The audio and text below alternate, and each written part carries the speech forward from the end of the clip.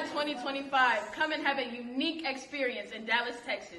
Ago na miapete milemiakpe bemifa 32nd annual Sienna Convention Le Dallas Fort Worth. Dallas. Big D. Mifa yaba tepe. Aha. Sienna 2025. Mano bobo edolo. Mifa midwaza. We want me at the Cornwall Friday evening. Sunday me our picnic. Me our church service. And all les zanzazata miniva. Tata nyo play before you, me do bonso anamilo. Me do bonso anami akpata, me de buku na bibe, me klo mi ape famille ovalo. Me klo mi ape famille o mi afa po Dallas da, mi adu azan. Azalo! Azase! Azale kongbe! Azale wa! Welcome to Afri-Culture right here on Sienna TV and Chatting with Nicole. I thank you very much for being here. I appreciate your time. I know you could have been something else, someplace else, but you're here with us. So I welcome you for being here. I welcome you for giving us another chance today. So welcome to Afri-Culture, guys. It is another Sunday. Another brand new day. So we thank God for being alive today. We thank God for his mercy, and we submit everything into his hands. Fofonye dada nyomi awezon kaka mi ogbava muaji kudomi egbea those Afri-Culture G chatting monoko kusiana TV le fienda pe na mi be mi va muaji kudomi egbea mi be mi a continue tutu gba mi da pe na Yehowa be plo mi va emi so msian la mi a so msian so do a Yehowa ba lo mi egbea mi trova so dimanche passé à mi anto mi Alfred va fie glonya so leke mi do la préparer mi avait Jojo naming balewa like me na préparer do mi discuter wa emi miave English yemi do subon parce que nous c'est nous mais English mais be la te expliquer les nuare donc a mi expliquer en semaine passée mi voix donc Alfred travail ben mi a continuer conversation que mi kele wo une semaine passée donc elle le coup do megbe ami dak pe na ma o be na travail ya ne ba expliquer no na mi nya me ko munya wa ba expliquer na mi donc mi abe English be to adare parce que English is bo mi le jado egbe voilà me do question et mi be na wa expliquer na mi le gengbe mi me va kwata mi do gengbe mi la expliquer na mi lo guys, thank you very much again for joining. I appreciate you being here. If you guys have not subscribed to Chatting with Nicole or Sienna TV, please do that. We thank you for being here today. ALFRED was here last week and he talked to us about, estate, preparing, will and everything else. We discussed that. And if you were not on the show last week, I would recommend you to go and watch it because there are very, very important information that we need to know. We don't like to talk about estate. We don't like to talk about preparing when we are not here anymore. But unfortunately, it's part of life. When we do that, we make our family, our children's life easier. So it's very, very important to think about it. I'm talking to myself.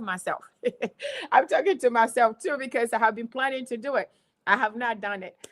So it is hard to do. It is very hard to do, but it's very, very crucial. It's very, very important. So we have to tap into the opportunities that we have in this country or any other country that we are in. So Alfred is here to discuss that with us. We're going to finish our questions that we started to ask.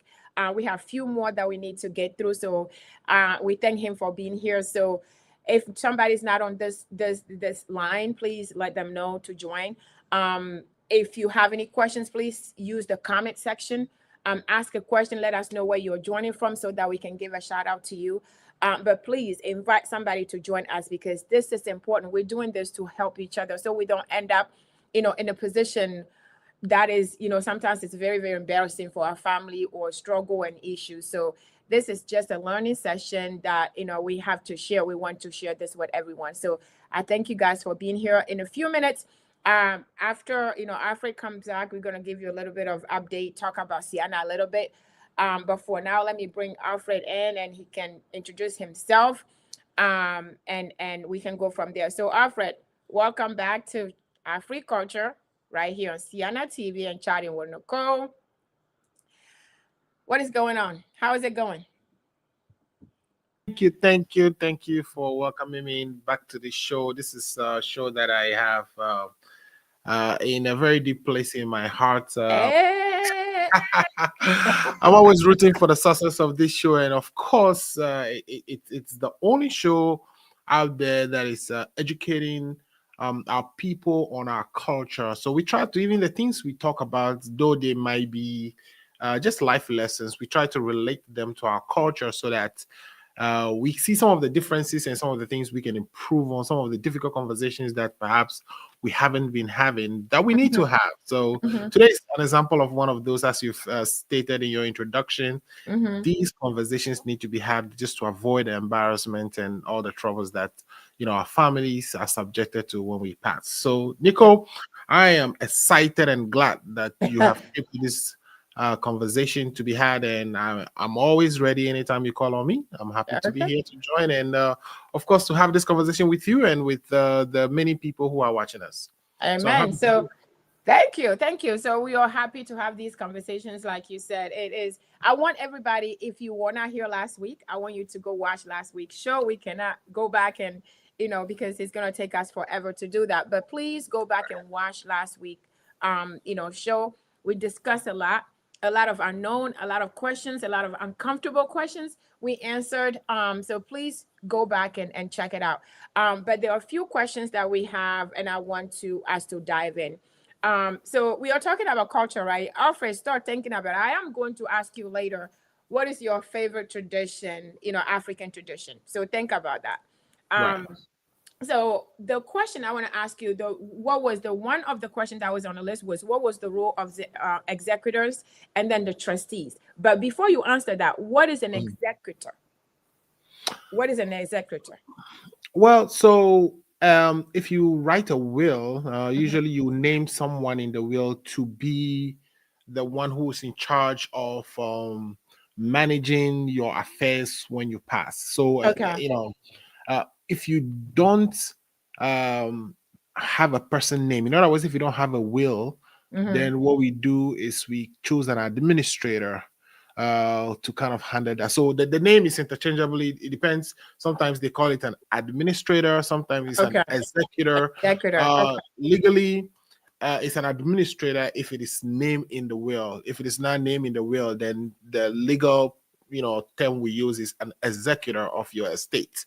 So you will see it used interchangeably, but they mean the same thing. This is the individual who would do the inventory of all your assets, like all the things you own, your bank accounts, your insurance, matter of fact, your retirement accounts, because when people retire, they contribute all this money, your social security, how much you've accumulated in your social security, which goes to your children. So all this has to be accumulated by that person and accounted for. So they do what we call an accounting to the court of your estate.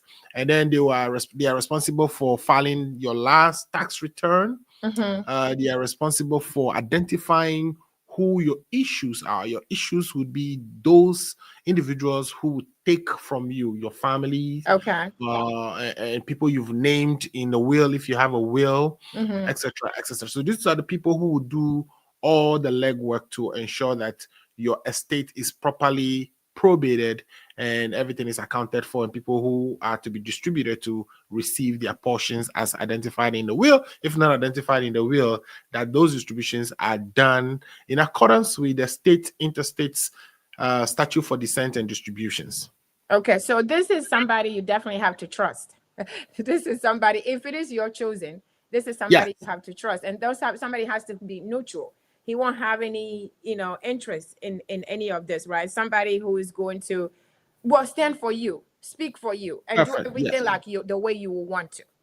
Correct. So if it is somebody you are naming in the will, most likely it's somebody you trust to actually represent you and account for your other family members who would be taken from you.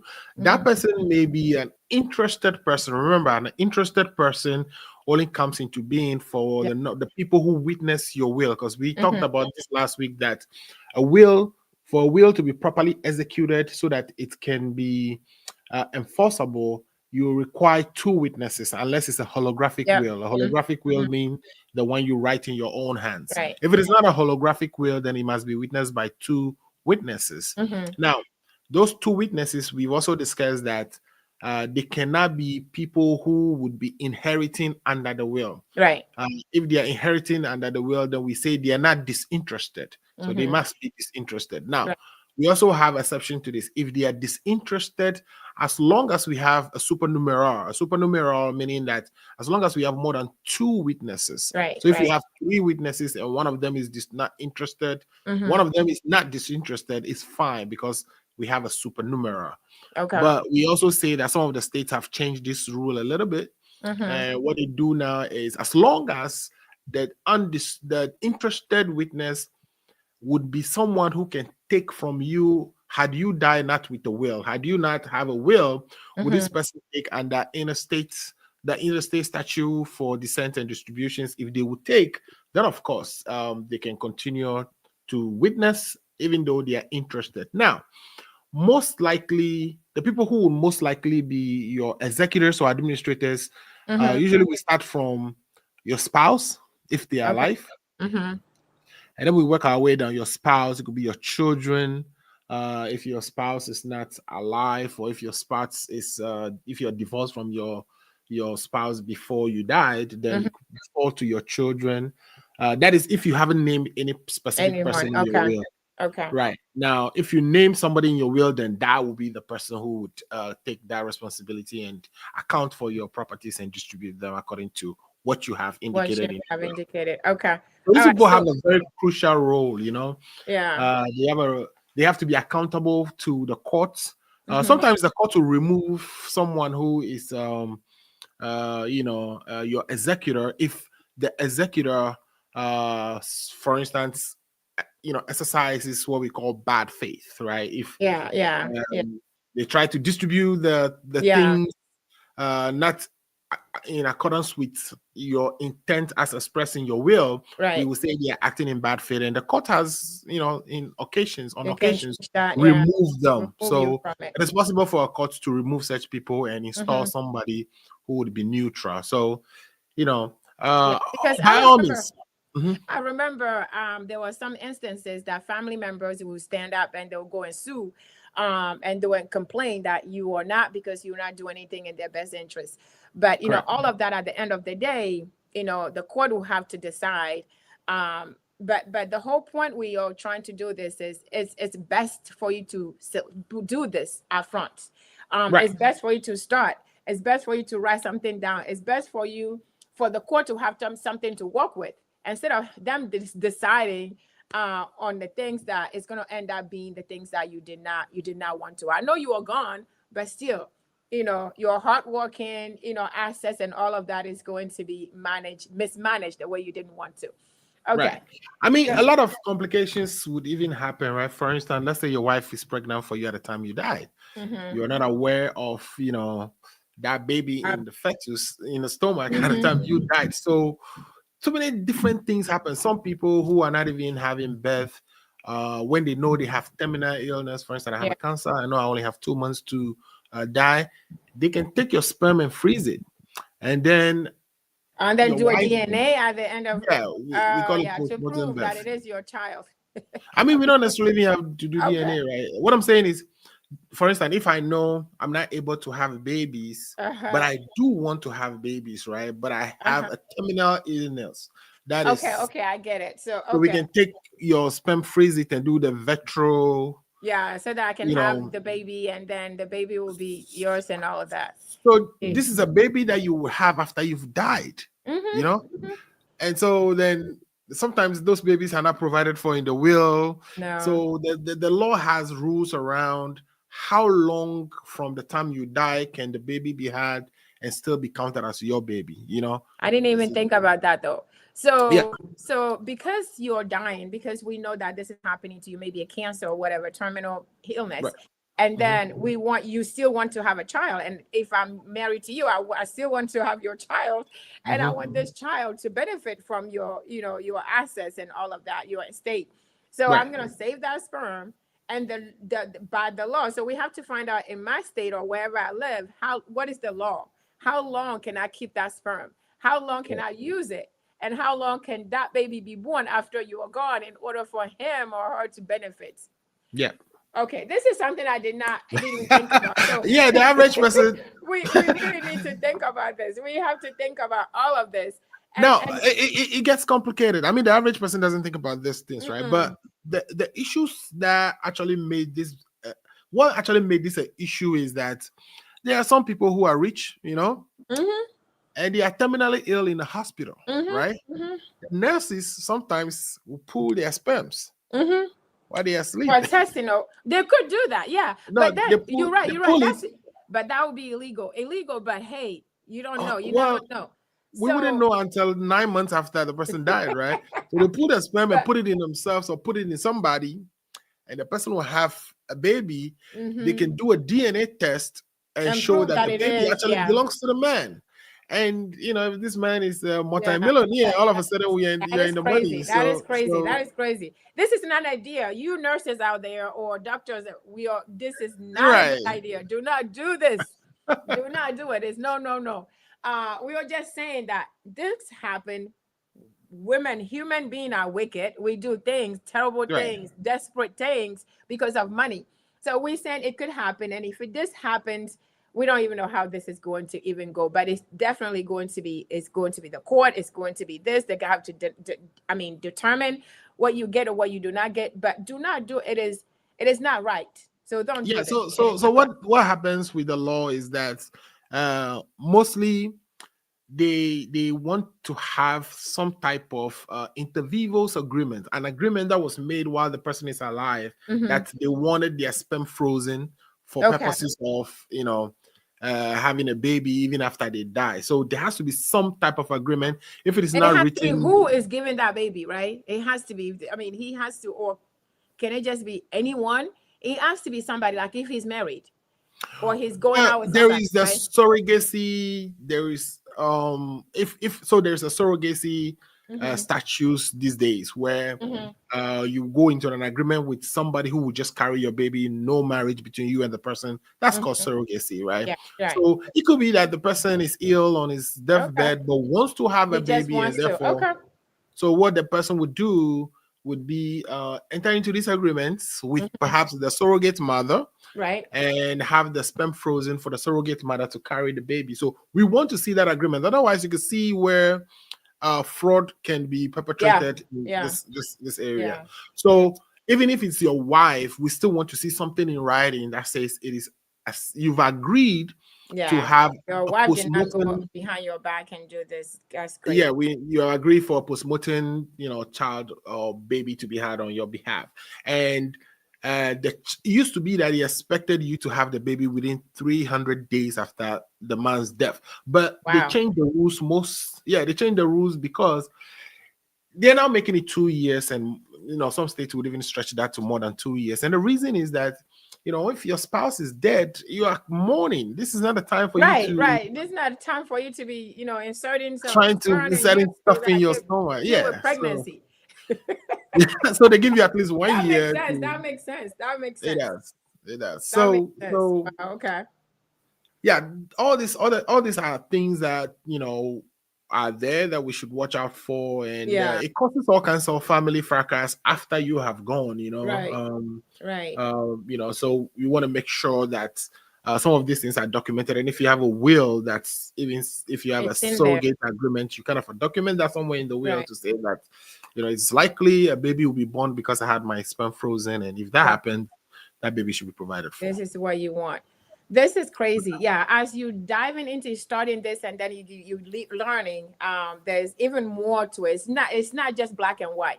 So this is also, so somebody who may be listening, you're filthy rich, and you know, you haven't figured out, you know, a girlfriend, or you don't have anybody with you, but you want a child. You want a child because you don't want to leave everything for other people. This is an idea. It's an idea. I mean, it's not even just leaving it for other people, right? If you don't have, like we talked about last week, if you don't have descendants, which means people through your bloodstream, that people who you give birth to, if you don't have within your consanguinity table, your consanguinity, meaning that people from your mother, grandmother, and if there's no person leaving that could take your properties were stitched to the state. You don't want that. You know, you don't want to do all your hard work and then give the turn money it back to the state. That's just that's Exactly. why we don't even want the state sometimes, because sometimes if it's too complicated, then most of the stuff gonna end up with them. So we really don't want that. We don't want that. So you can solve that with a surrogate woman if you don't want to get married. Have your embryos or your things frozen, and I have an agreement somewhere that you would you are asking this woman or some woman or any woman to ingest that and have a baby for you, and you are leaving your property for that baby. So yeah. But I mean, you leaving your dad. The whole point is not every, God forbid that, pregnancy does not hold, whatever happens. So there are complications in all of this. And so it doesn't mean that it's a smooth sailing, right? But we are just encouraging that you have a way to write this down. You have a way to let people know what you want. Right. You want. That's and Nicole, I don't want to make it sound like you necessarily have to have a kid. If you don't have a kid and you don't want that, but you want to leave your things behind, you can leave it behind for charitable organizations, right? Of course. Now, imagine that, let's say you leave it for Airway Association of Washington, D.C., and Airway Association of Washington, D.C. ceases to exist. Then what happens to those things? Right. So, again, this is where we look at whether the intention you expressed when you were giving the things to the charitable organizations, whether they were general, if you have a general intent or you have a specific intent. Specific intent would mean that I specifically want to give this to the Airway Association of Washington, D.C. Therefore, if Airway Association of Washington, D.C. ceases to exist, then that property that you are living to then reverts back to your estate. So that one of your family members can take it instead of it's going to the state. So it will revert back. Now, if you have a general intent, let's say you just want to support the airways across the United States or airway organizations. So let's say I want to leave my house and cars to airway development of airways across the world, right? And specifically to Airway Association of Washington, D.C. So in that statement that I've just made, I have expressed a general intent. My general intent meaning that it should support airways, right?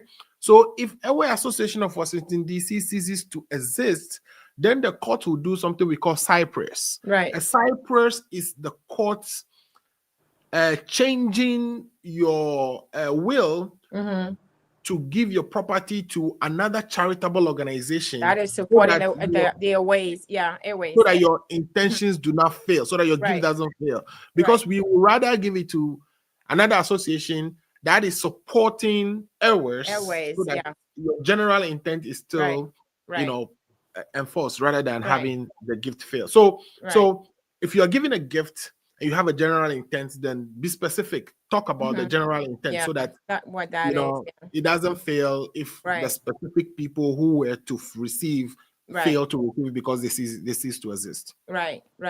That's good. That's a good point. So trustees, I know we got it already, but what is a trustee? Because you have to talk to us like little children. What is the trustees? Okay, so when we talk a trustee, then we are no longer talking will. Now we are in trust. Remember, last week we said, your properties can either go to probate or they can go non-probate. Now, it goes to probate if you have a will or if you have no will at all. That means, the court will have to, find either an administrator or an executor to manage, in other words, account for all the things you've accumulated in the word and share for the people you decide that it be shared to, or share to your issues based on the state law. That's the probate. Now, a non-probate transfer, which is you trying to give the things without involving the court at all. One way to do that is to do it to a trust. We say a trust creates a fiduciary relationship between the settler meaning the guy who is setting the trust, and the trustee. And what you are doing is that you are taking one property. If it is my phone, I'm taking my phone and I'm dividing it into two. You know, just think about it. Right. Not necessarily cutting it into two, but figuratively, I'm taking the property and I'm saying there is a legal title and there is an equitable title. Right.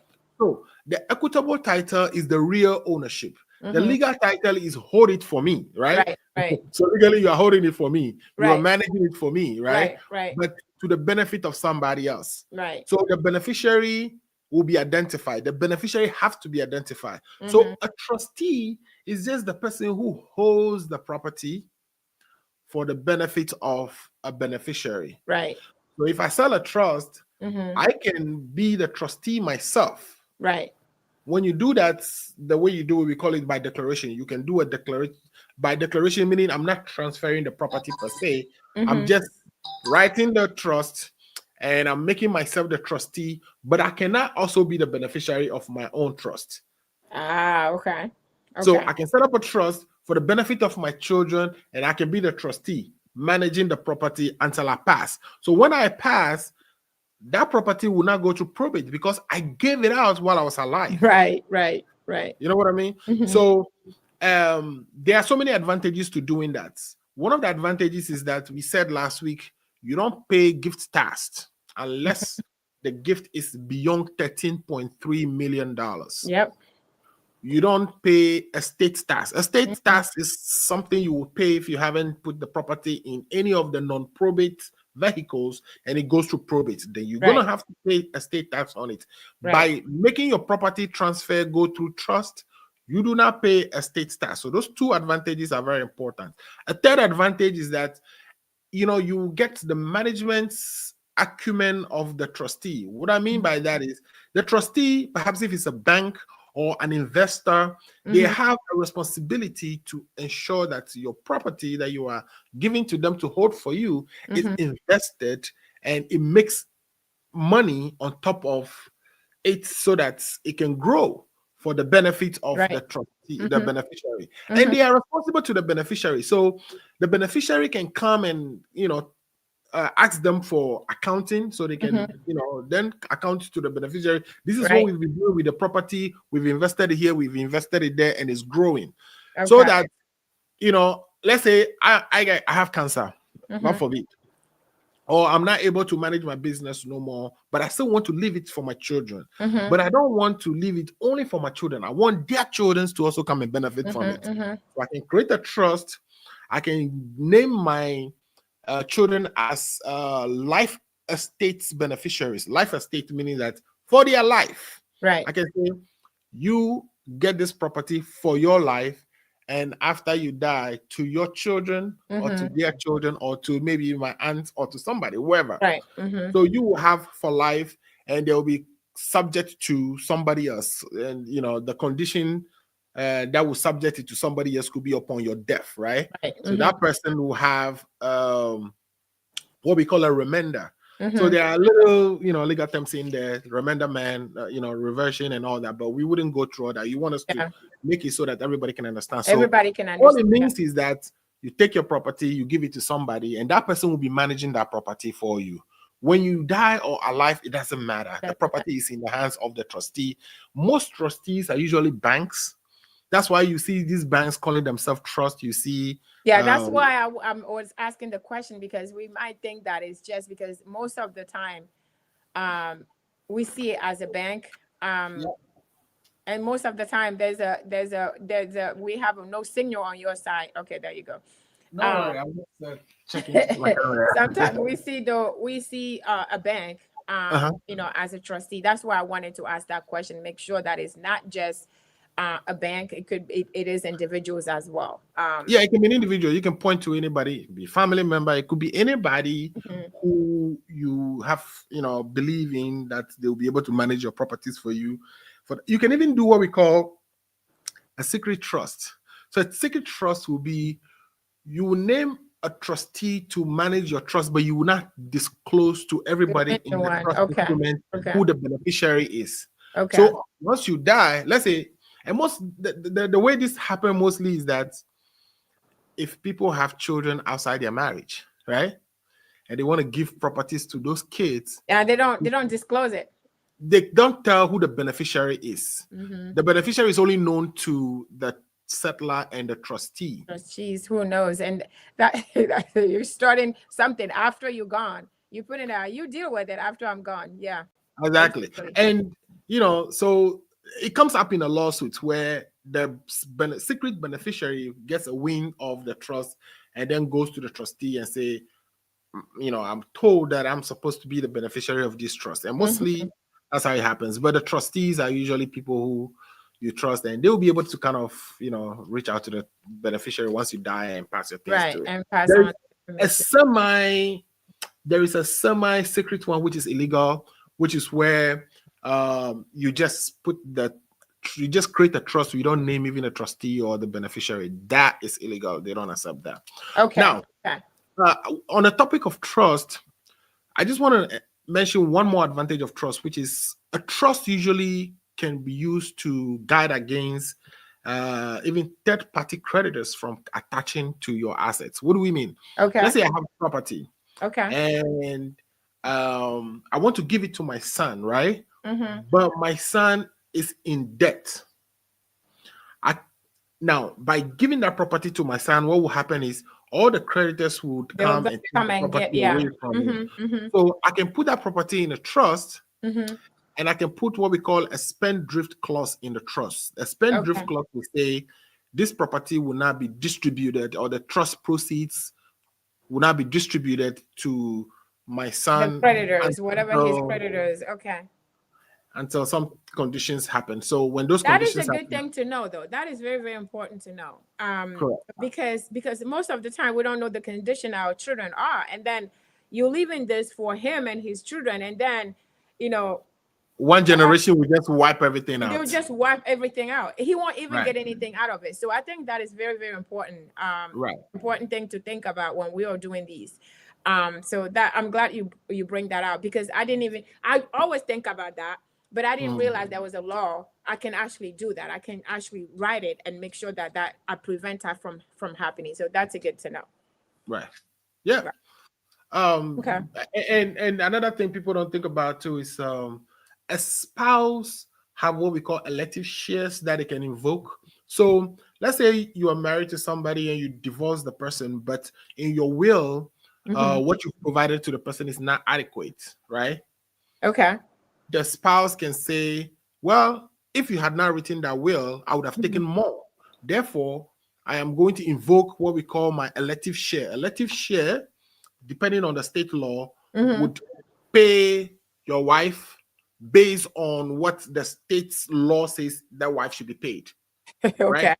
So we use the interstate statute for descent and distribution to pay the wife. So the wife can always invoke that if your provisions in the will do not adequately cover her. Now, and if she's not happy with it, she's not happy with it. She's not happy with it, just disputing it. She's disputing it. She's like, okay. So she can always invoke the elective share. Now, if she invoked the elective share, you can protect against that by doing what we call power of appointment. If you have a power of appointment, which is just like a trust, it gives the power to somebody like a trustee to appoint a beneficiary to your properties. Okay. And so when the person decides when is the right time, they will appoint the beneficiary and then distribute to that beneficiary, and your wife's elective share will not be successful against the power of appointment. Ooh. Okay.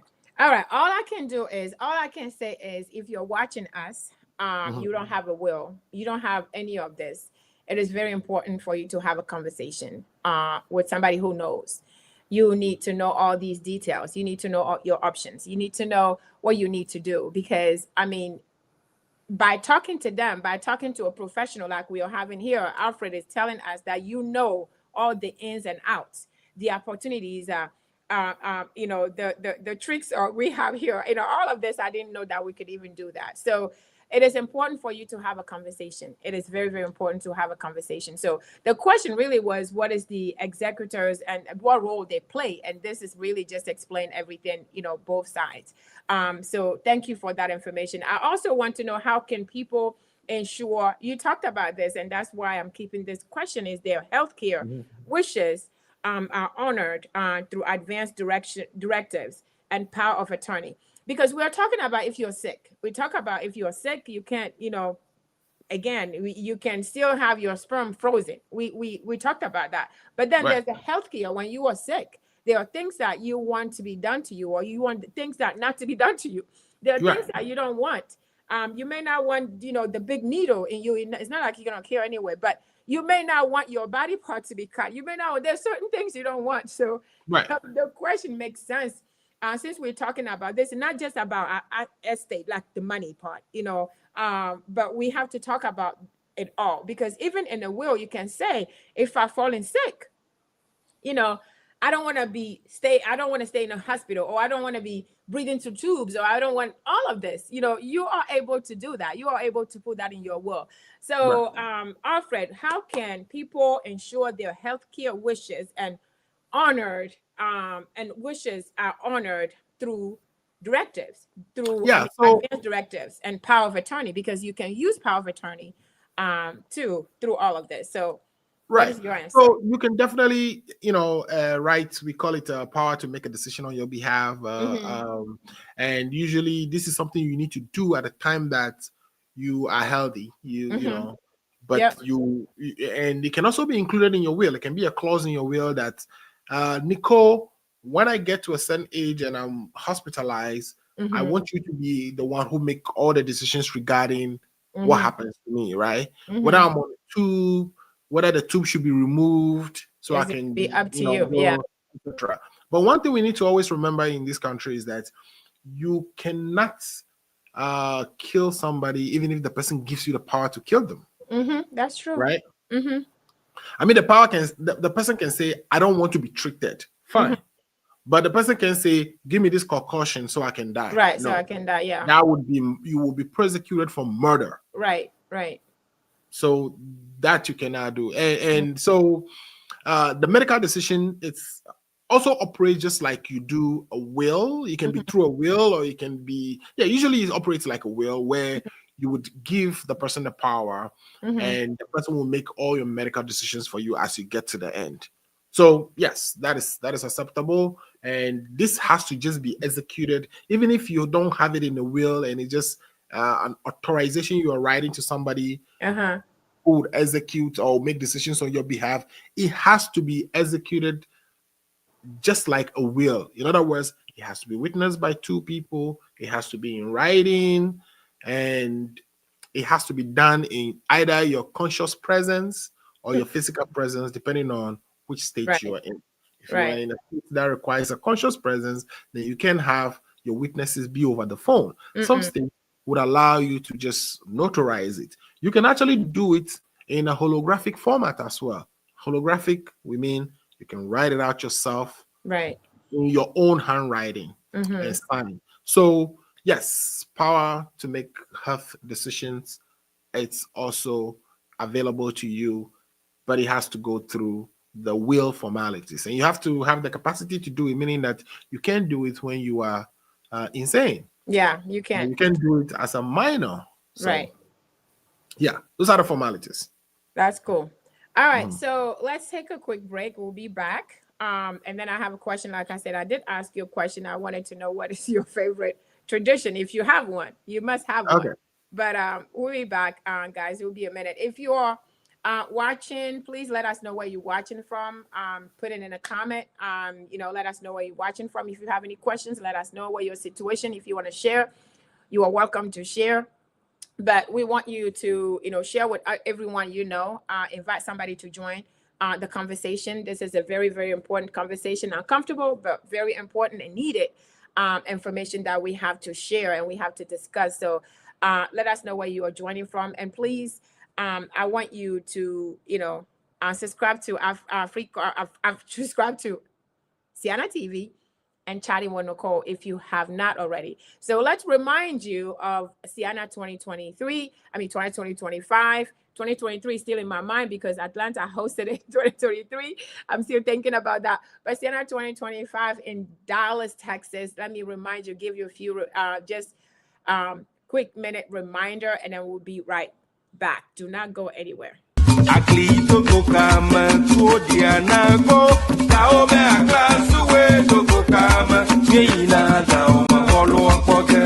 Dallas Club Google Papa Pula Votoya Mahaya Class Sagat for Macbade Bahaba yo Denkwana Cancers of Airway Association of North America. Wobo, a Yima Pop Belagini Joy Davis Abinasia, a dojo declared your Papa Betty Mabama Fitofina Chopoyama Topper, one I talk Kayo Banaji Igla Zama, one Naya, a Union Mania Fit to my gentleman train Neota, a document Lene Popli by Ganyan Kakanazak Gladiade Kayo Yoga Fun Club, Yadanu do for the Konu for Hajiga do Kachacha Klamabu, we talk here about Wanamaboma Voe. A Jerodo Yaji Comiano Club for Lawrence that I do have a couple of Balekeo, Gatian Lonkon Vava. I'm a dung never Boeda Legber. And ya talk when you have walk Borojito www.dallasairways.org. Henan Kongolohi. A dodo damajibu boho la Fimaika Wuntona Tonga Chiafa. A cannon yet alone.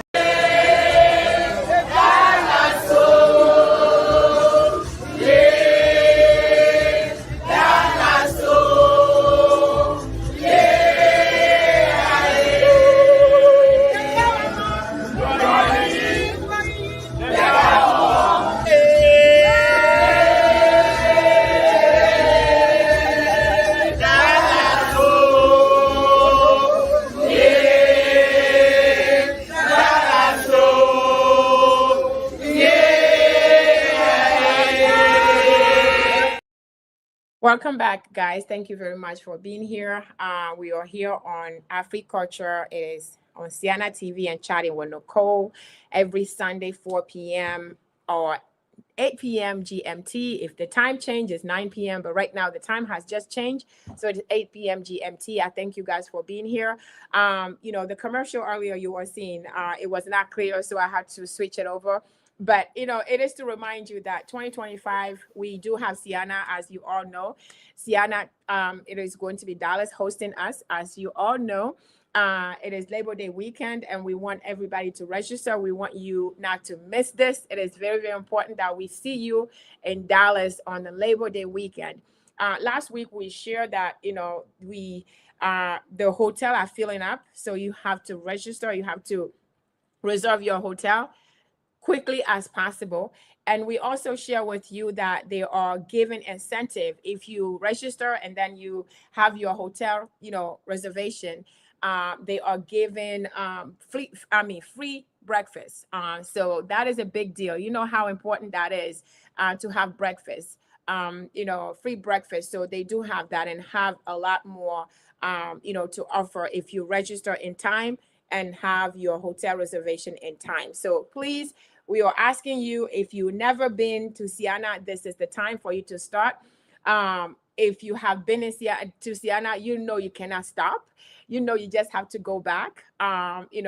We discussed this with Abla last week that, Siana can only it's only getting better every year, right? Getting better every year. 2023, which I'm still thinking about, Atlanta. And then we have 2024, and now 2025 is going to be even better. So we want everybody to join. We want you to invite somebody. Don't come alone.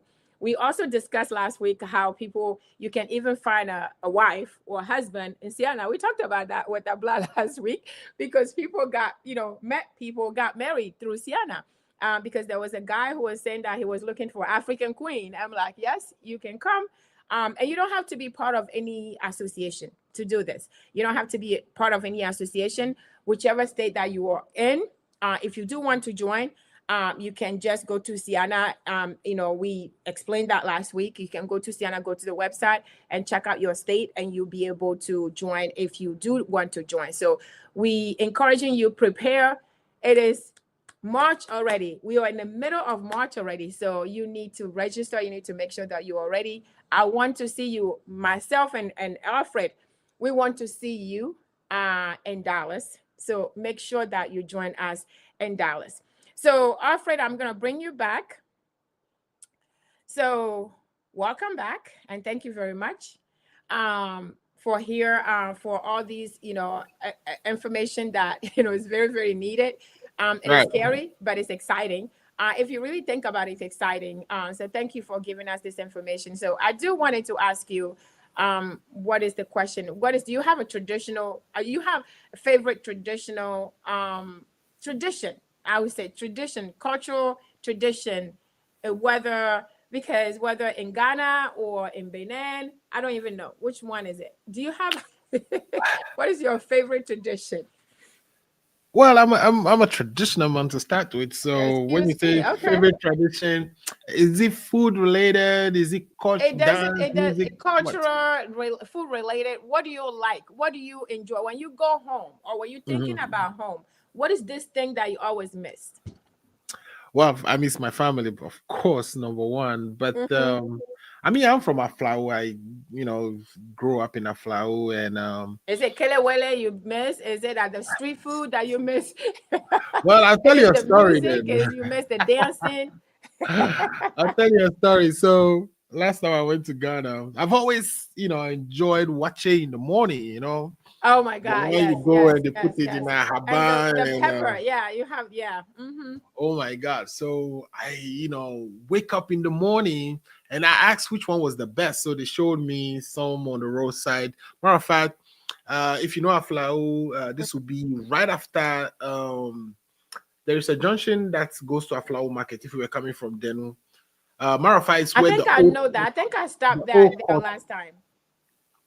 where the old courthouse is right up opposite the old courthouse, and there's a Yeah. white joint there. So, Mm-hmm. I took a moto Zemija, and then I went. I went and got this watch, enjoyed it. Come and see. My anus was giving me all kinds of trouble. I'm sure it was.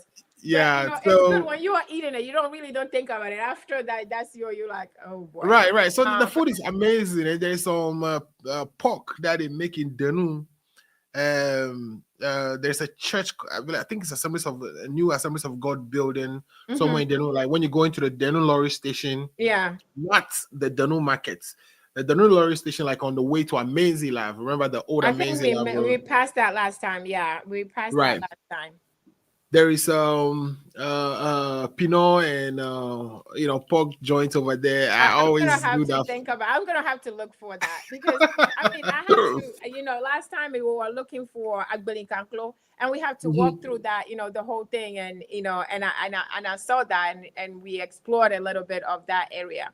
So Yeah. we were in a rush, but next time I'm gonna take my time and enjoy some of the food because when I came back and one of Uh-huh. the my Ghanaian friend in Virginia, she was like, "Did Yeah. you stop here? Did you stop here?" I said, "Oh no, I did not stop." Right, Because she right. saw the video, she was like, "I should have stopped." I'm like, I cannot tell you when I'm going so that because she saw it afterward. So now Okay. I know where to stop and the food to try. Oh, for sure. When you're going again, let me know. I have a couple of guys who take you through all the good joints, That would be especially awesome. within that flower and cliffs. But I like those things. I like stopping by the coconuts joints and just enjoying Just drink limitless the fresh. coconuts. Yeah, I know. Drink the I did juice that too. until I I fall drink off. it. I drink a lot. I drink too much. And I came back and when I go back home, like to Ghana, or I just drink coconut, a lot of coconut, Right. fresh coconut. That's just things back home. And it's not something huge. You know what I mean? It's not something huge. Just like those Right. little things that, we do. And sometimes back home when you used to do it, people would say like these are poor people. You know what I mean? Like poor people, but these are the things that makes us who we are. The Right. Right. street Right. food, the killer willy and stuff, Yeah. the rice, the pepper, we have a plant, I have to buy a plant and what do you call it? And to do pinot, you had the pinot there. We have Right. a plant, Akpan. just little Akpan. things that people would think that this is nothing, Akpan but with Dr. B and all Adokumbi, that. we Oh my had a God. pan and a dokumbi right there with Of pepper. course. It's Hmm. just simple things, but that's what makes us who we are. That's what makes us, just wish and want to and miss back home. So Right. Right. Right. Right. that's good. So the food obviously is amazing, and of course the people. It's much more relaxing, and Right. whenever I go, this one I can't say it in English, but I say, when I say, me when I say, we are do Pinocchio, I say, you. Oh no, we don't want to hear that. No, we don't want to. Of course. No, I don't want. We don't want to hear that. You got. I say no. I don't know about that. I will You not. know about that? I will not. You we'll hook you up with some. No. I do not. I do not want that part. I do not want that part. You know. I hear you. Stuff, I will eat, but not that. Now I say no. I do not want that. I'll be sleeping and thinking about those eyes. I'm like, no. I don't want it. I don't want it. Guys, thank you very much for joining. We are here talking about, estate, but at the same time, it is Afri-Culture. We are talking about culture. What ALFRED, he's talking about is, those rice, that is it. Right now, I'm just smelling it right now. So I tell you, it never fails. It never fails. And the smell, even just passing by, the smell. And here you wake up, they're gonna say you want to have an oatmeal, and you're back home. You wake up, you want. No. Well, anyway, guys, you're on a call. I have somebody's on Facebook. Lifetime Legacy. I don't know if you Lifetime Legacy. That's my guy. Yes, Lifetime. Thanks for watching. Of course, he understands all the things I said. So. Oh, okay, good. So he's watching. He's on there. He's he's been active. So thank you for joining. We appreciate that. We also have Justin from Canada. He's always, supporting Justin. Merci beaucoup. So we thank you guys. Please, guys, we are here again with ALFRED. We are back. ALFRED, I'm sure you are ready for Siana. You're ready for Siana. I don't know. There's a lot of things, a lot of big things expected in Siana. So I know you can't wait. I didn't ask, are you going to be there? Just assume you're going to be there. So yeah. I'm an executive, so I have to be there. There you go. So he has to be there. So we'll see you, ALFRED and I, both of us, we are going to see you Siana 2025. Please prepare. You don't want to miss it. That is something that once in a year, we just want to go and meet each other and just, do this amazing cause that, we need to come together and make it happen. So we inviting everybody to join us. So ALFRED, I have one last question. Let's say, I don't know how long this question is going to take, but the last question that I have is, what are some, I'm going to leave that family part. So, but I have to ask, what are some strategies? And I know as we are talking, we are giving ideas and strategies to people as well as we are talking. But what are some strategies to prevent family dispute over inheritance and ensure that smooth transition, to assets? Because that's the whole point why we're having this conversation. It's because it's important. It's because when we don't have this in order, we don't have anything written, it is important. It is a chaos. It is a struggle. It is pain. And your stuff that you work hard to save and you want it to go a certain way, end up being, in the hands of people you probably don't even know, in the hands of people who never even knew who you are. But after you die, they came and say, oh, I changed your diaper. You know what I mean? So these are all things that we are saying is important. And we've seen the struggle. I have seen, I shared this in my last week, that I know my brother passed, until today, we're still trying to figure out what to do, what the things that he has, because he didn't tell anybody. So it's been a struggle, a lot of issues with the family today. Some people still don't talk to each other today because of him, but he's gone. You know what I mean? He's gone. So creating these issues. And I also met somebody, his mother died, but she wrote everything. Everything was written, even to the song they will sing. Everything, it just made everything easy. He was happy because he said everything was written. So to him, he honored her the way she wanted to. You know what I mean? So it is important for us to put this down. It's important for us to think about after we are gone, as difficult as it is. It's important to do. So I just want to put that out there, that we do know it is hard. We do know it's hard, but I don't know. I'm not gonna say you wish you wish you did, because I don't know what happened. You'll be gone. But all I'm saying is, what do we need to do, ALFRED? What are things that we need to do to prevent having to go through all of this?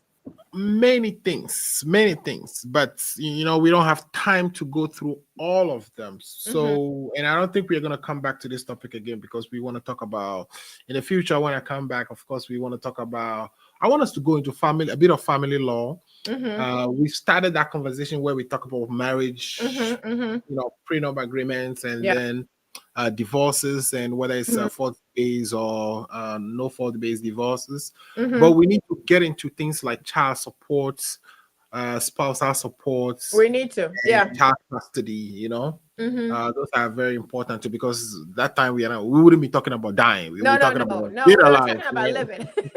We were talking about living and living right and doing the right thing. Correct. And then maybe in another future we can talk about tasks and all the other stuff. So, based on the questions that we got, the concerns that we have, the need, we can talk about that. We later. can talk about those things. Yeah. Mm-hmm. So I want to wrap up this conversation about law, estate planning, wills and trusts, etc. So there's one piece that we haven't really touched on. So let me quickly go over that one, and then we can talk about. We can put it all together and say what are some strategies that you should actually have in your toolbox, or you should keep in the back of your packet. So the one thing that we haven't really talked about is, once you've written a will, let's say you are one of those lucky ones that you've have the opportunity to put a will together. What happens, right? When you change your mind, or what happens when life changes? We talk about being able to change the will. The will can be revised, changed, they can be revoked. Now, revocation happens in multiple ways, right? Revocation just means that you have a will, but you don't want that will to apply no more. Right.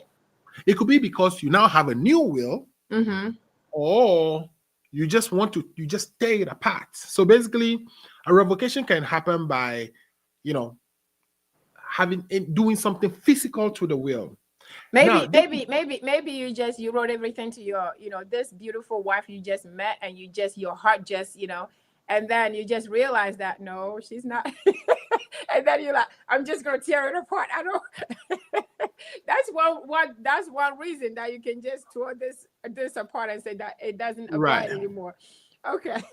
Right. So what makes a will revoked? Is it tearing it apart? Of course, tearing it apart will do it. If you tear the whole will apart, done. The will is revoked. What if you cross some things in the will?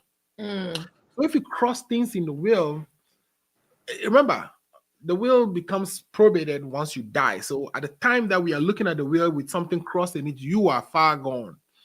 So what happened? Is that will revoked, or is it still valid? There are several school of thoughts on this. Because people who find the will, like we said last week, some of them cross things out, things that are not in their favor, they cross them out. So we want to figure out, by crossing something out in the will, is that you who did it? And if you did it, what is your intention? Are you trying to cancel the whole will, or you just trying to cancel that portion? Now, the courts usually lean towards you trying to cancel just the portion you cross out. You crossed out, okay. Now, what if you didn't only cross it out, but you actually wrote another thing in ink? Oh, over it, okay. Over it. That would cause what we call it a revocation and codicil. Because if your state allows codicil, which is like a change in the will, then you crossing something out. Let's say I provided $10,000 for you, and then I cross it out and put 100,000 on top of it. Does that 100,000 become valid? Well, it's valid if it goes through the will formalities. What are the will formalities? You have to have two witnesses. You have to sign it. Okay. Then that will cause that 100,000 to become valid. To be valid. What if you don't have those things that I just talked about, the two witnesses, and the court still wants to make your will valid, because by crossing out the 10,000, the 10,000 is gone.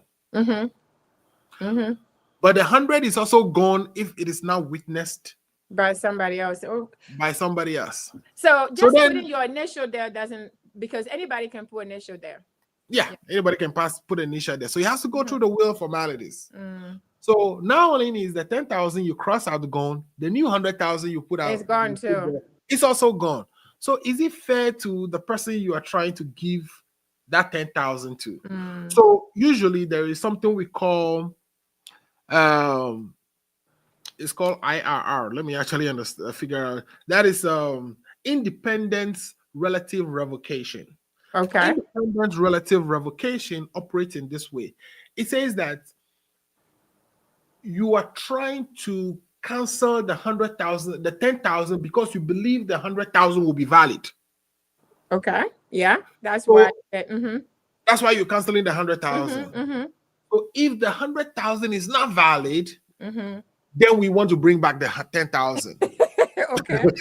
Because we think it's your Because it's better intention. than nothing, right? So it's better than Because we think your intention is to give this person something anyway. Something, yeah. And now you wanted to raise it. But we didn't think you raised it properly. Yeah. So we don't want to deny the person the 100,000 too. Oh, So yeah. we came out with this policy of, independence relative revocation, right? That is if you don't have a witness. That if you don't sign and have a witness. Okay. If for some reason the change you made is invalid, then how do we save your old provision? Yeah. By defaulting to a relative revocation, right? The IRR, which is the independent relative revocation. Okay. Now, another thing that we probably so that's a thing. We just need to remember that you can revoke your will by, say, for instance, writing a new will. If you write a new will that contradicts the old will, old one. To the extent of the contradiction, the old will is revoked. The entire old will is not revoked. Only the provisions in the old old will that are contradicted by the new will. Let's say I gave my house to my wife, my car to my son, but then I revoked the will. I wrote a new will that gave my car to my daughter instead of my son. Did the new will revoke the house I gave to my wife? No. Well, it doesn't, because that's why you still have to write everything, right? So if you write a new one, that means that you have to write everything that was in the old one. If you don't want the old one to be in effect, then you have to redo it, right? So whatever the house you're giving to your wife has to be in the new one if you don't want the old one to be voided, correct? Okay, let's say you didn't put the house in the new one, but you didn't put the house is only in the old one. You didn't put it in the new one at all. That's what I'm saying. So if you want it to be valid, then you put it in the new one. But if you're keeping the old one, if you keeping the old will and the new will, are they going to consider both? Because the house is not in the new one. That's what we are saying, that the old will is revoked to the extent of contradiction between it and the new will. Yeah. And since the new will doesn't have anything that has to do with the house, then that portion of the old will is still valid. It's still valid. Okay. You get it? So there's those little, complications that requires that, yes, by all means, write your will, but in the process somewhere, seek advice of a professional, because the fact that you wrote something down nicely doesn't mean it will be valid. Yeah. Okay. So we encourage that you write something down by all means.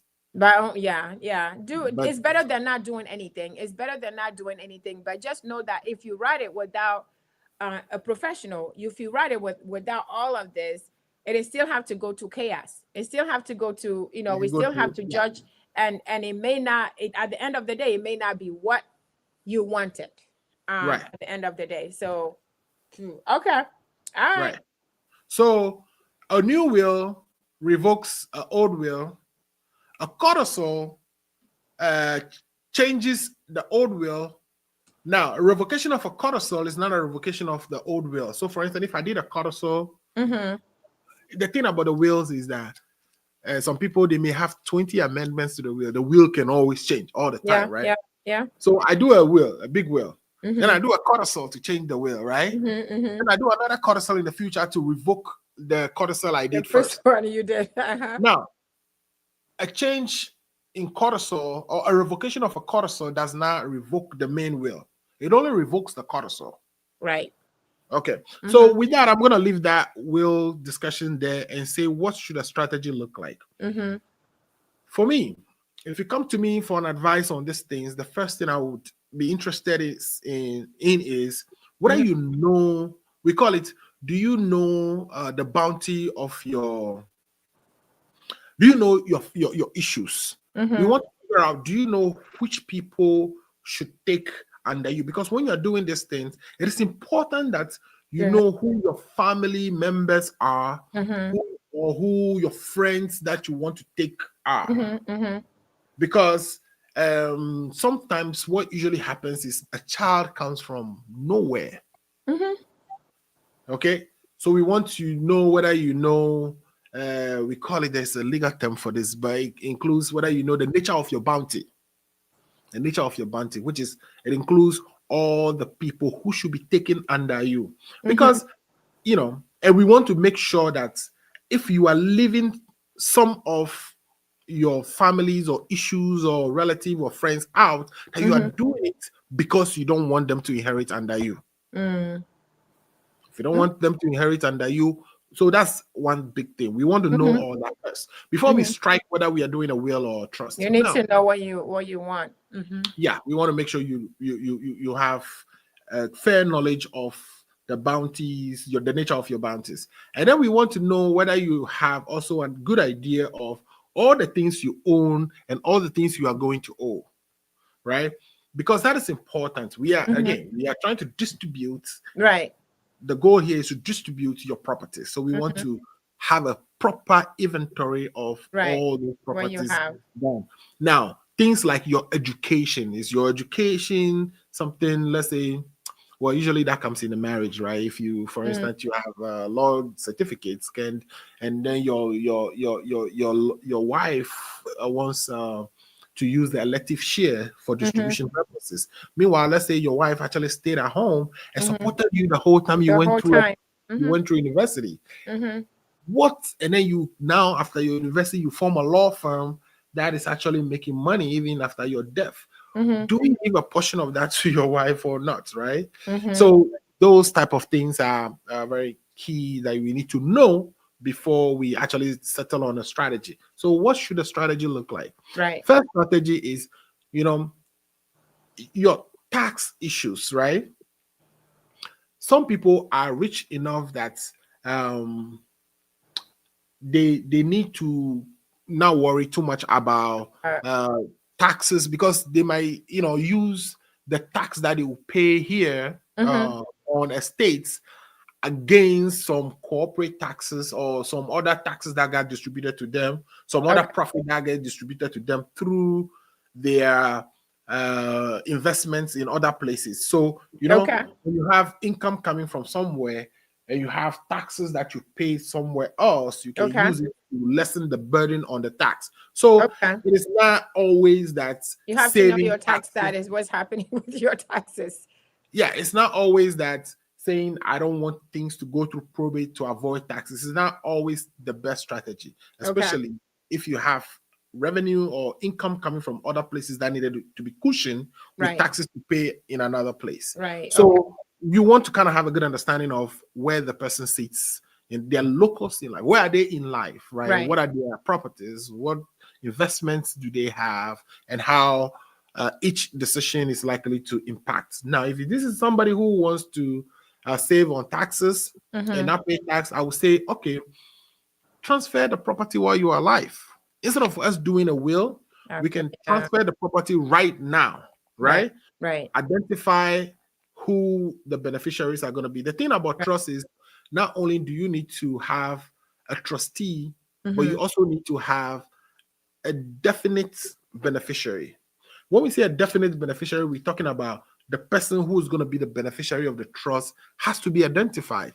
Sometimes you can form a trust and say, to the benefit of my children. Okay. That is, we call that a gift to a class that is open, right? The remainder to that class is open, or the gift to the class is open. Why is the class open? The class is open because you are still making children. Right. So we haven't closed that class yet. It is possible that you're going to have more a couple of years from now, but if you do have those future children, we don't need to change the trust language, because the trust language says to the benefit of my children. Now, when does the class close? The class closes when you die, or the class closes when especially when you die, because even if your spouse dies, Mm-hmm. there's a possibility that you can still have more remarry children. Yeah. Yeah. and have more children. Mm-hmm. So this is what we call the honey octogenarian, is it octogenarian or whatever, the 80 years olds who are still giving babies, right? Yep. So, so we need to take into consideration all that, right? Right. Is it to a class, and is the class going to be open, or is the class closed? Somebody may have done artificial insemination, is what do we call it, when you clip yourself so that you don't have babies no more, then it's possible to say that class has closed, right? Because they have that procedure. So best you do trust if you are sensitive to taxes, and you are able to identify your I know what you're talking about. Never mind. Go ahead. Carry on. Carry on. Sure. So it's best to do trust if you're sensitive to taxes and you have definite takers. If you don't have definite takers, then it's difficult to do trust. So trust, you have to have definite takers. Now, a trust will not be ineffective for the lack of a trustee. If you don't have a trustee, especially a testamentary trust meaning that you put in your will that some of your properties get put into a trust for the benefit of some beneficiaries. Okay. That trust we call testamentary trust, because you're doing it only become effective upon your death. That trust will not be ineffective for lack of trustee. If you don't have a trustee, the court will choose one for you. Yeah. So if you don't have a trustee, a trust to choose one for you. Yeah. Now, inter vivos trust, however, can fail for lack of a trustee. So you need to have a trustee. So if you're doing the trust strategy, we need that you identify who your trustee is going to be. We need you to have definite takers, definite beneficiaries. Then we can set up a trust for you. It is the best strategy, because guess what? Your properties will not go to probate. It will go to the benefit, because you gave them when you are alive. When you you actually were alive, gave the property away when you are alive. And we want to make sure, if you are doing trust, what is the purpose of the trust? Is the trust to provide? So, for instance, somebody receive a property from the father, and the main reason the father was giving the property so she can live without paying rent for her life. And when she dies, the property goes to a charitable organization. Now, this person wants to sell the property because the area has grown into where it's no longer peaceful to live there. It has become shopping malls and streets and clubs around it. So she wanted to sell it, and then the proceeds from the sale, the money they will gain from the sale, to be used to rent a place for her somewhere in town. What happens when we do that? When we do that, we are robbing the charity of the remainder. Okay. You understand? Because the property is only given to the daughter for when she's alive. Right. The remainder goes to the charity. Right. The daughter is now saying, let's sell that property and use the proceeds to rent for her. When we do that, the charity wouldn't get anything. So the charity will sue that the property should not be sold. Yeah. So you see, we have an issue there. So the question is, can we actually sell the property? Then we have to go into the intent of the father when they sell the property. The court will look at primary intent. What's the primary intent? The primary intent to provide accommodation for the kid. Yes, that is the primary intent.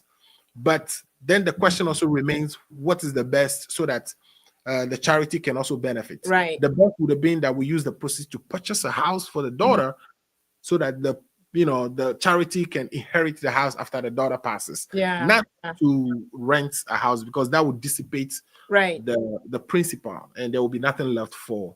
So we want to kind of have a good idea of what the trust purpose is going to be before we create those things. So it's a lot of conversations that needed to be had before we can do the trust. Now, if you can do a trust, by all means, last resort. If you cannot do a trust, last resort. Write it down on the will.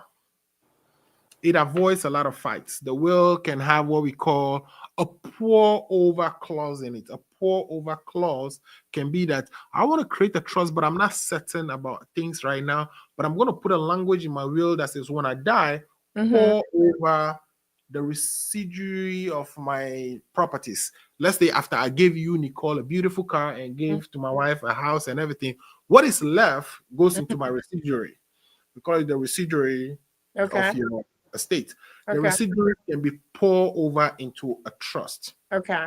for the benefit of whoever. Could be for the benefit of a charity or not. So these are like key things that everyone who's constructing some of these things should actually be thinking about where they were going to include it. My camera gives back. Your camera is gone again. No problem. It's back now. So in a nutshell, Michelle's Nicole, so we don't keep people here for long. Do a trust if you're sensitive to taxes.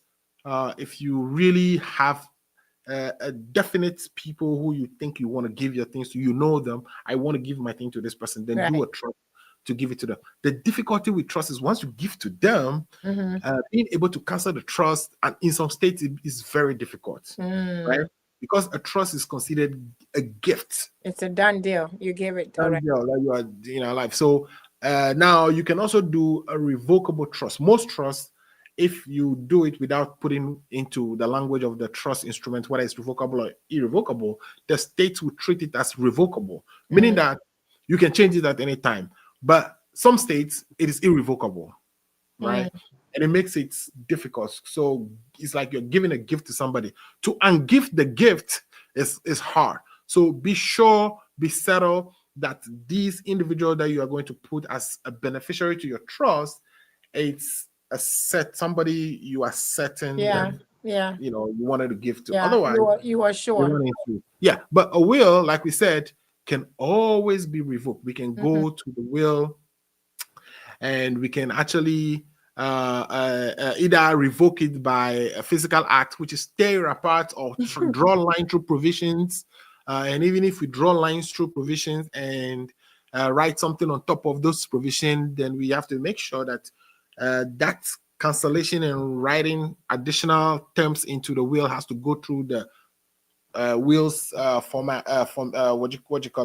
formalities. If it doesn't go through the will's formality, we should also be rest assured that independent relative revocation will save those provisions for us.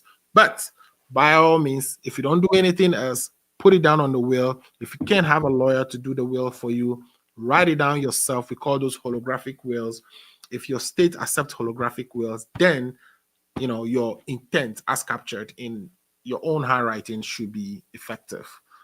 Don't just die without anything. If you die without anything, if you die in the United States, like we said, the states have some statutes that are specifically dedicated to the distribution of the descents or the deceased person's properties.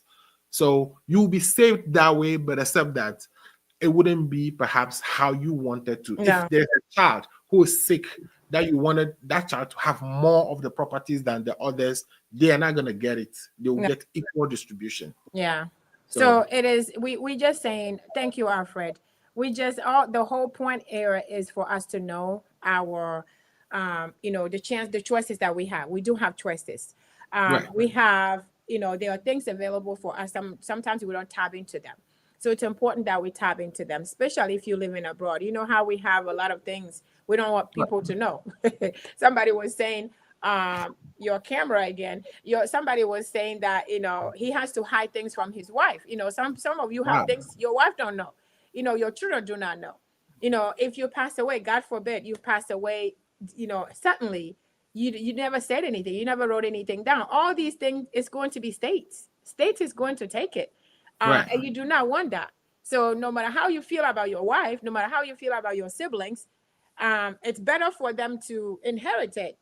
The stuff that you have than the state, that's for sure, right? Unless you just anyway, you just hate them so much, you're like, no. But just think about it. Let's think about it. It's very, very important. It's very, very sensitive. It is uncomfortable, but it is conversations we have to have. That's why we are having this. We are not having this because we don't have anything to talk about.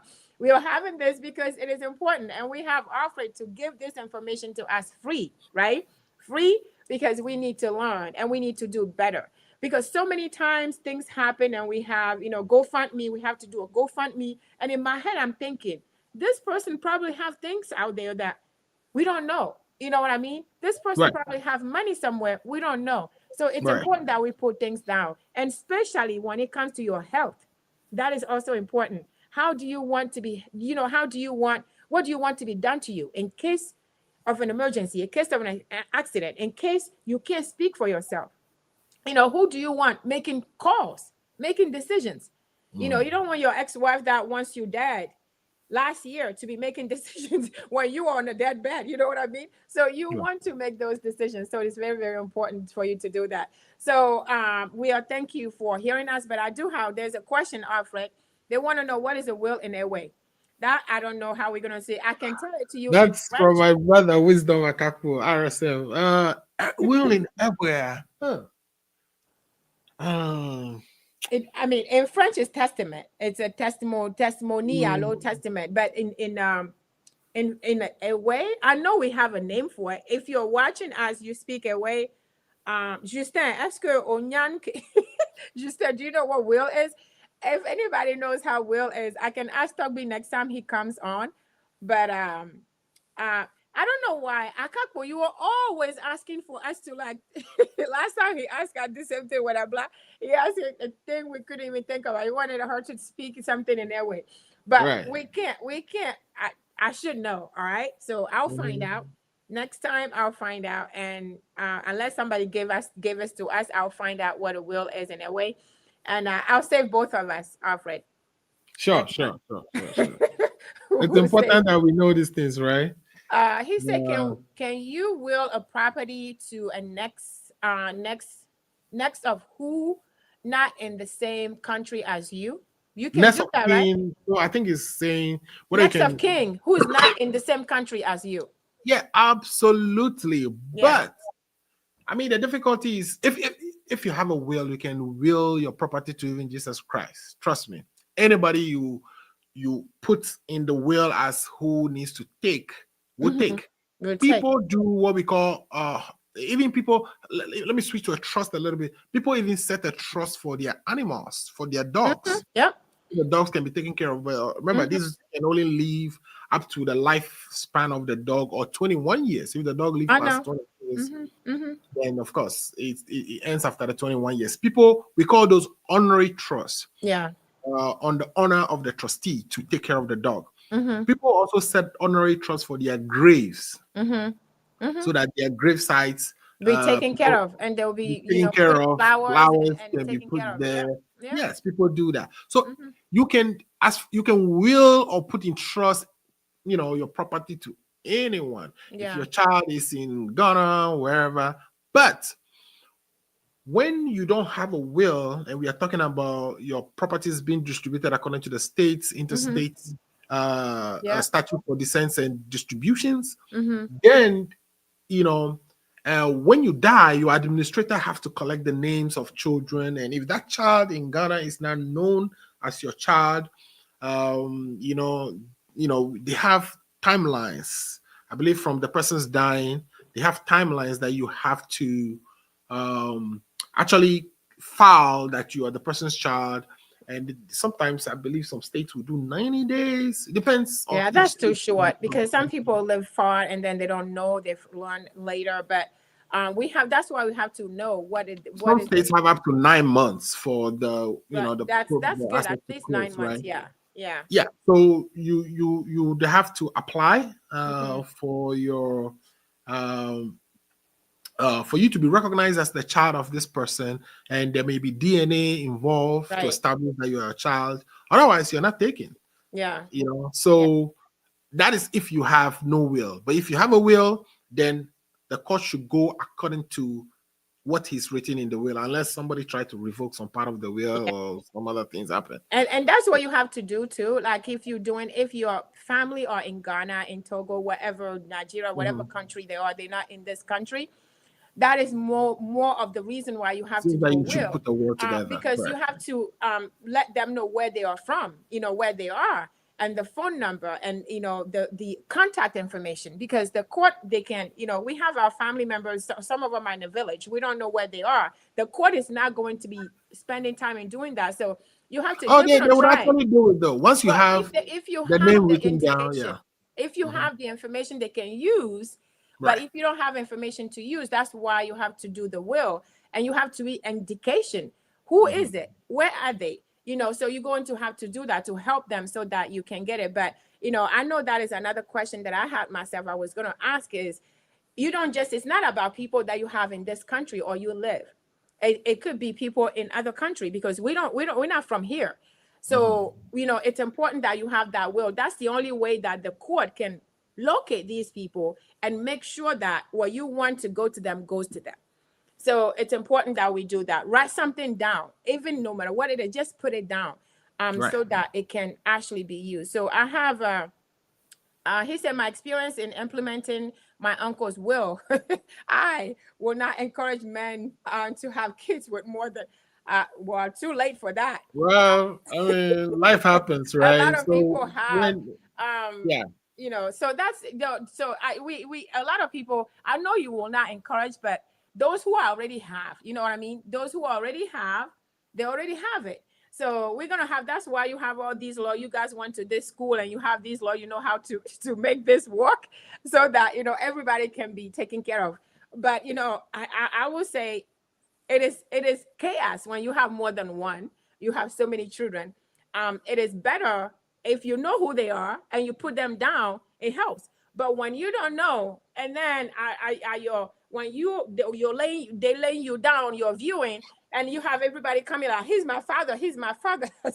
That is not what we want. So, if you have children outside, you know where they are, you know who they are, put it in your will, make it easy. Make it easy for, everybody, so that it's not a disappointment, it's not an embarrassment, to your legacy. Make sure you do the right thing. That's how we are trying to say, make things right, so that it's not an embarrassment at the end of the day. So I think somebody giving us an answer. Nice.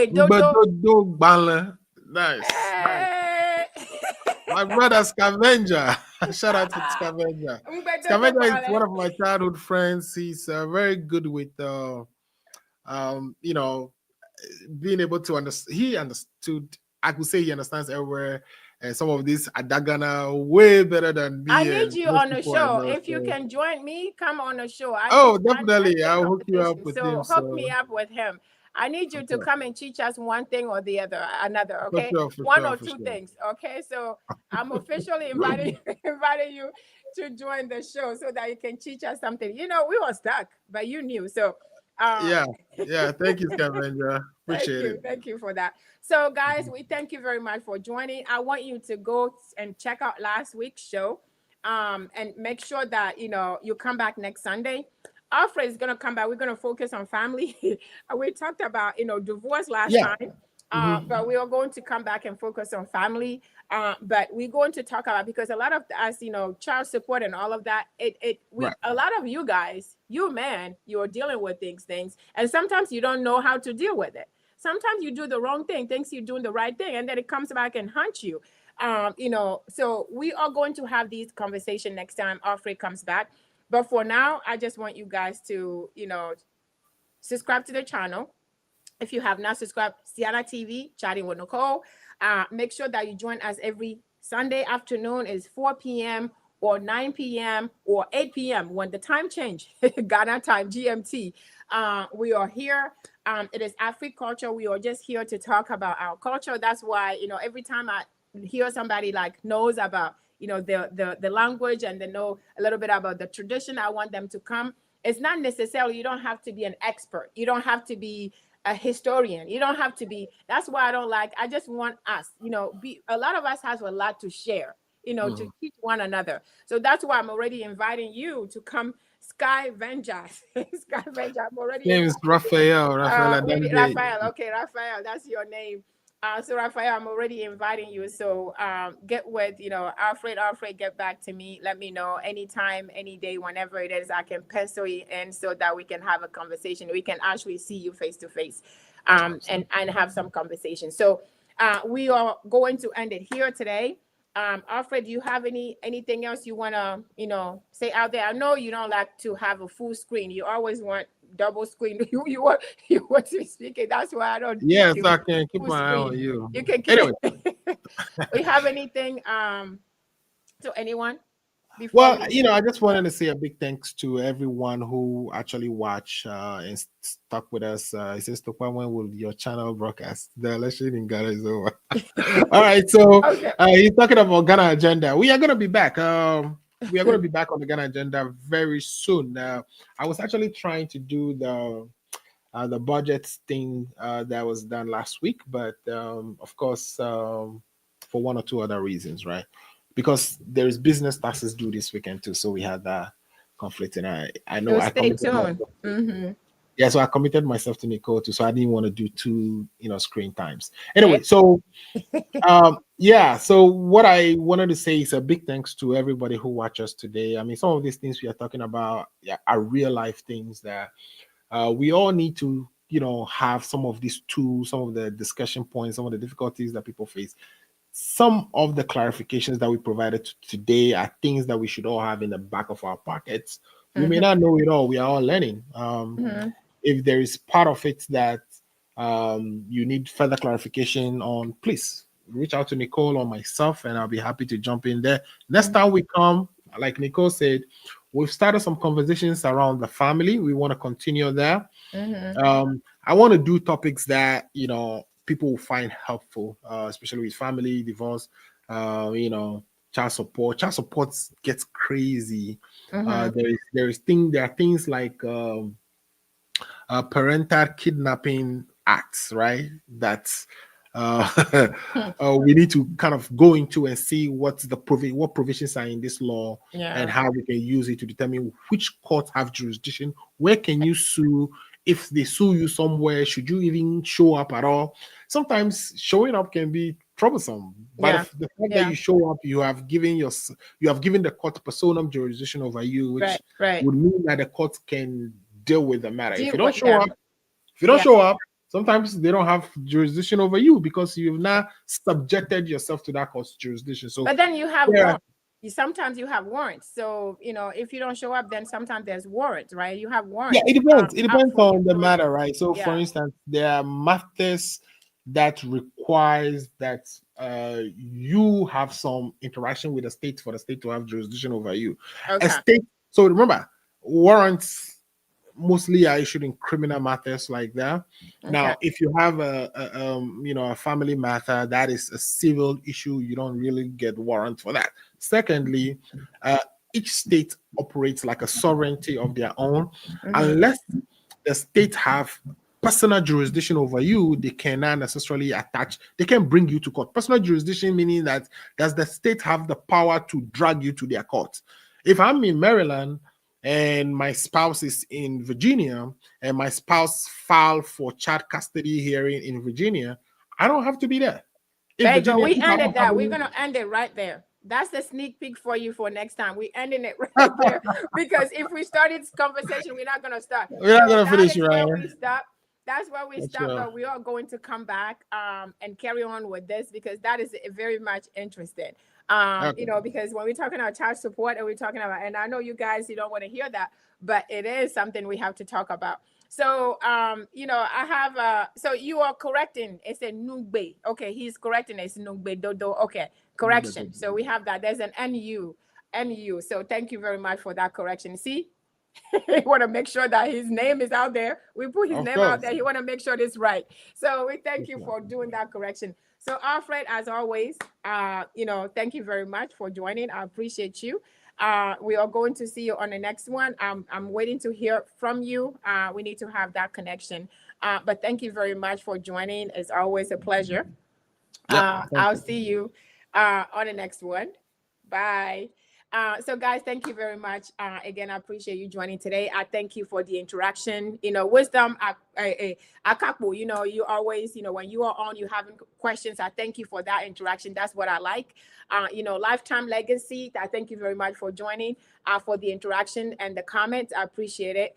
I'm going to go ahead with the Sky Vanja. I thank you very much for, the question as well. Justin, you are always on. So I appreciate you guys for the interaction, for joining the show. Don't just come when ALFRED is here. I want you to come back. I want you to come back again. Next time you're here. I think somebody else is online. Great job done. I think Maoko Atisu. Thank you very much. We thank you very much for joining. We appreciate you. Thank you very much for watching us. Don't just join because Alfred is here. Even when Alfred is not here, I want you guys to come back, okay? Lifetime Legacy, I want you to come back even when Alfred is not here, all right? So all of you, I want you guys to come back next Sunday. It is going to be again at 4 p.m. You know, if you're in Ghana or Togo, it is 8 p.m. GMT. But we are going to be here talking about what is important, you know, what is important for us. And we're just learning. So if you have not subscribed, subscribe to the channel. Both channels, Siana TV and Chatting with Nicole. But let us know of your thought. Share this with everyone you know. And there are a lot of topics out there that we already discussed that may be of interest to you, so that I want you to check them out. Mem, even though we didn't speak, me do in a gembewa, me dak pena mi be mi va kame kudomilo. Dak pena mi donka ne mi abonné na Siana TV Chatting with Nicole mi we fifi jen. Et mi agbadogo dimanche prochain 16h, chaque dimanche à 16h. Et ou bien 20h, ou bien 21h, présentement à 20h, les GMT. Donc, ami no kame kudo mi va mia ni mia bonuya ensemble. We were mia together. All right, all right. So I'm gonna leave you guys with what Tugby was about. I told you, Tugby, my special host, Tugby. You know that Tugby got his doctorate last week. Last week he got his doctorate. So I want to share. You know, he sent me this quick video. I want to share that with you guys as I go, but I'm waiting for him. When he comes back, I'm gonna share a lot of videos with you. The ceremony, it was very special. A lot of Tugbies, a lot of performance. So when he comes back, I'm gonna share that with all of you so that we can share and he can talk to us about it. But until then, I want you guys to stay safe and blessed. I thank you very much for joining me and Alfred today. I want you guys to stay safe and blessed, and I'll see you.